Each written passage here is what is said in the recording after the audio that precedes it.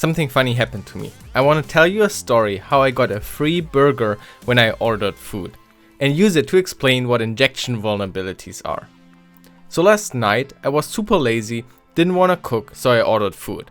I ordered food there before, so certain fields like the address were already filled out. But also the comment field was still filled out. And on the previous order, in the comment field, I requested a different sauce for one of the burgers. I didn't realize that and just continued and paid online. A little bit later, the delivery guy shows up and told me that he changed the sauce for the country burger as I had requested. Country burger? I didn't order one. He said, "Yeah, you did. Look here on the receipt." And I look at it and I realized what happened. The comment I wrote was printed just above the other items that I actually ordered. I used capital letters to emphasize my request back then, and I didn't notice that I just made it look like it is one of the ordered items.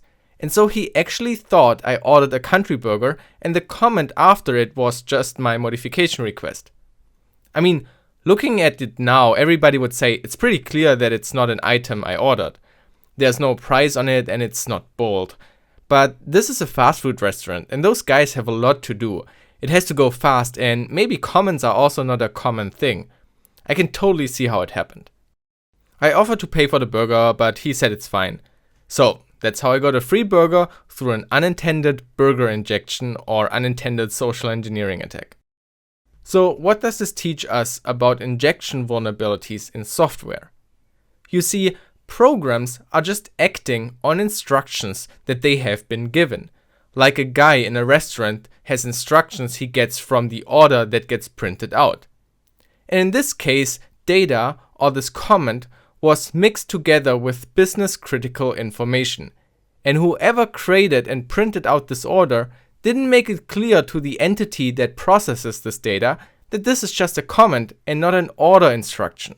The bill could have been structured differently so that it's more clear. And this is always what happens with injection vulnerabilities. Let's take SQL injections. A programmer writing code that builds an SQL query and doesn't make it clear that this user data is just a string by wrapping it in quotes and making sure that no quotes can appear in the data by escaping them, then whatever processes the query can be fooled. Or cross-site scripting. The programmer writes user data into a surrounding HTML document without explicitly marking this data to just be plain text without special characters. Thus somebody can inject HTML tags like script tags and perform a XSS attack. And obviously, there are many cases in security where the underlying security issue is an injection. Yes, SQL injections and XSS have a very different impact and are very different, but only at the surface. The underlying principle is exactly the same. So whenever you place data into some other structure that gets then handed to another entity for further processing, may this be a web server, a database server, or browser, or a fast food employee, you have to make sure your data is clearly marked as what it is, just data, not an instruction.